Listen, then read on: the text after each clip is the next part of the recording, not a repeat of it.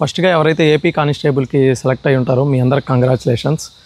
ఈసారి పేపర్ చాలా cut offs అనేవి చాలా హైకి వెళ్ళిపోయాయి అనమాట. ఇలాంటి టఫ్ అయిన కాంపిటీషన్లో మీరు సెలెక్ట్ అయ్యారంటే మీ క్యాపబిలిటీ చాలా హై రేంజ్లో ఉందని, మీరు ఇంకా మంచి మంచి స్టెప్స్ ముందుకెళ్ళి ఇంకా మంచి స్థాయికి వెళ్ళాలని నేను మనస్ఫూర్తిగా కోరుకుంటున్నాను. ఈసారి కట్ ఆఫ్స్ మాత్రం చాలా హై ఉన్నాయి. నా అనాలిసిస్ ప్రకారం ఏంటంటే సివిల్ నేను అనుకున్నాను జనరల్లో అట్లా 135 అట్లా వస్తాయి కానీ అనుకున్నాను, కానీ మరీ 140లు 150లు కూడా వెళ్ళిపోయాయి ఈసారి కట్ ఆఫ్లు. కాబట్టి ఎవరు అన్ఎక్స్పెక్టెడ్గానే ఇంత అవ్వద్దని ఎవరు ఎక్స్పెక్ట్ చేయలేదన్నమాట. కాకపోతే ఉంది థాట్, ఏపీఎస్పీ అయితే పోయినసారి 300 ఉంటే ఈసారి 2500 పోస్టులు ఉన్నాయి, బాగా డౌన్ అవ్వద్ది కట్ ఆఫ్ అనుకున్నాను. నేనే ఎంతైతే ఎక్స్పెక్ట్ చేశానో అంతే వచ్చింది. ఆల్రెడీ ప్రీవియస్ వీడియోస్లో కూడా అది చెప్పాను. కానీ సివిల్ మాత్రం టూ హై. ఇది ఇలా అవ్వడానికి మెయిన్ కారణం ఏంటంటే అందరూ పేపర్ ఈజీ అంటారు. పేపర్ ఈజీ కాదు. ఇప్పుడు ఏంటంటే కాంపిటేటివ్ ఎగ్జామ్స్ రాసే వాళ్ళది స్టాండర్డ్ మారిపోయింది. సివిల్స్ రాసేవాళ్ళు గ్రూప్ 1 రాసేవాళ్ళు ఎస్ఐ రాస్తారు, ఎస్ఐ మిస్ అయిన వాళ్ళు కానిస్టేబుల్ రాస్తారు, గ్రూప్ 2 వాళ్ళు కానిస్టేబుల్ రాస్తున్నారు. ఇలా ఒక జాబ్ ఓన్లీ కానిస్టేబుల్ ప్రిపేర్ అయ్యే వాళ్ళు కానిస్టేబుల్ జాబ్ కొట్టట్లేదు. ఇది నిజం. మీకు ఇప్పటికైనా అర్థమై ఉండాలి ఎందుకు 140 వెళ్తుంది 150 వెళ్తుందని. ఎందుకంటే ఇప్పుడు గ్రూప్ 1 రాసేవాళ్ళు కానిస్టేబుల్ రాస్తున్నారు, ఎస్ఐకి ప్రిపేర్ అయ్యేవాళ్ళు కానిస్టేబుల్ రాస్తున్నారు, గ్రూప్ 2 రాసేవాళ్ళు రాస్తున్నారు, సెంటర్లో సీజీఎల్కి ప్రిపేర్ అయ్యేవాళ్ళు రాస్తున్నారు. కాబట్టి ఈ కట్ ఆఫ్స్ అనేవి ఎక్కువ వెళ్ళిపోయాయి. ఇప్పుడు ఒక నార్మల్ అభ్యర్థులు, ఇప్పుడు మీరు ఎవరైతే జాబ్ రాలేదో మీకు తెలిసి ఉంటుంది కదా ఎంత కాంపిటీషన్ ఉంది ఏంటి అని. ఇప్పుడు మీరు చేయాల్సింది ఏంటంటే మీకు ఒక ఐడియా వచ్చి ఉంటుంది, ఇంత చదివి కూడా మనకి జాబ్ రాలేదు ఈరోజు అంటే కాంపిటీషన్ ఏ రేంజ్లో ఉందని.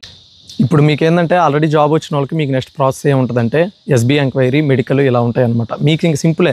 మెడికల్ కూడా ఇప్పుడు చాలామంది ఏం చేస్తున్నారంటే ఎక్కడెక్కడ ఎవరెవరినో కాంటాక్ట్ అయ్యి డబ్బులు ఇచ్చేసి అంతా డబ్బులు వేస్ట్ చేసుకుంటున్నారు. మీరు మెడికల్కి వెళ్తే 99% ఎవరిని రిజెక్ట్ చేయరనమాట.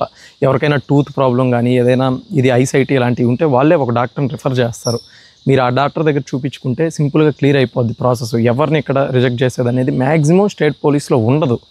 ఇది నమ్మండి.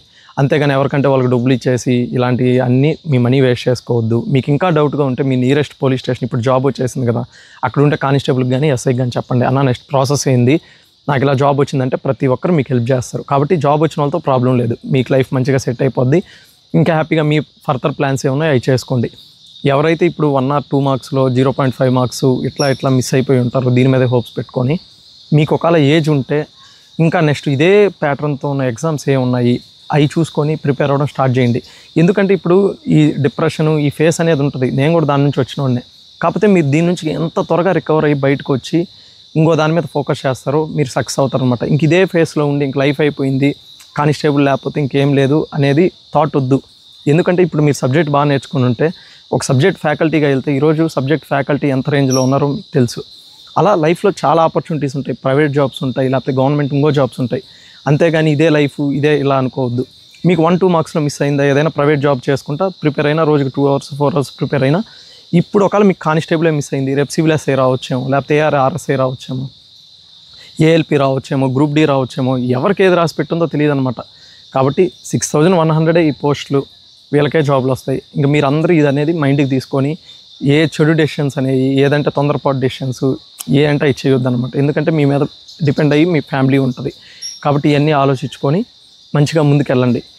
ఇంకా ఇప్పుడు ఏంది చాలామంది మీకు కాల్ చేస్తూ ఉంటారు. ఈ కాల్స్ ఇవన్నీ డిస్టర్బెన్స్ ఇంకా మీకు బాధగా ఉందంటే ఒక 10 days or 30 days ఫోన్లు సోషల్ మీడియా అన్నీ స్విచ్ ఆఫ్ చేసేసి హ్యాపీగా ప్రశాంతంగా ఫ్యామిలీతో స్పెండ్ చేయడము, లేకపోతే ఎక్కడికైనా వెళ్ళడము తిరగడము అలా ఇలా చేసి ఈ ఫేస్ నుంచి బయటకు వచ్చేయండి. మీరు ఎంత త్వరగా బయటకు వచ్చేసి ఈ ఫేస్ని మర్చిపోయి వచ్చేసి ఎంత బయటకు వస్తే నెక్స్ట్ సక్సెస్ అనేది అంత త్వరగా మీకు వస్తుంది. కంబ్యాక్ అనేది అందరూ మంచిగా స్ట్రాంగ్గా ఉండాలి. ఎవరో ఏం బాధపడద్దు. జాబ్ వచ్చిన వాళ్ళకి ఆల్ ది బెస్ట్. జాబ్ రాని వాళ్ళు మీ పోరాటాన్ని కొనసాగిస్తూ ఉండండి. ఆల్రెడీ నేను ఈ ఎస్ఐకి ఎలా ప్రిపేర్ అవ్వాలని ఆల్రెడీ అన్ని వీడియోస్ చేశాను, క్లియర్ కట్గా చేశాను. అవి చూడండి, ఆ బుక్స్ ఫాలో అవ్వండి. తర్వాత కానిస్టేబుల్ రీసెంట్గా 151 మార్క్స్ వచ్చిన ఒక టాపర్ చంద్రశేఖర్ అని ఇప్పుడు డిస్ట్రిక్ట్ 3rd ర్యాంక్ వచ్చింది, అతని ఇంటర్వ్యూ కూడా చేశాను. ఇవన్నీ చూసి మీరు ఫాలో అవ్వండి. ఇంకా మీకు ఫ్యూచర్లో ఈ కానిస్టేబుల్ సబ్జెక్ట్ వైజ్ ఎలా ప్రిపేర్ అవ్వాలనేది కూడా వీడియోస్ చేస్తాను. ఇలా మిమ్మల్ని మీరు మోటివేట్ చేసుకుంటా ఏదైనా ప్రైవేట్ జాబు ఏదైనా వేరే ఆపర్చునిటీస్ ఉంటే అవి చేసుకుంటానే రోజుకి 2 hours 4 hours ప్రిపేర్ అయితే మీరు మంచిగా సాధించగలరు. అంతేగాని డిప్రెషన్కి వెళ్ళేసి మరీ కుంగిపోయి అవి చేయొద్దు. అందరికి ఆల్ ది బెస్ట్. లైఫ్ ప్రతి ఒక్కరికి ఛాన్స్ ఇస్తుంది అనమాట. తర్వాత ఇంకోటి ఏంటంటే ఇప్పుడు మీకున్న బాధ ఇవన్నీ కాలమే అన్నిటికి సమాధానం చెప్పద్ది. వెయిట్ ఫర్ యువర్ టైం, అంతే. టైమే అన్నిటికి సమాధానం. అందరికి all the best. Take care.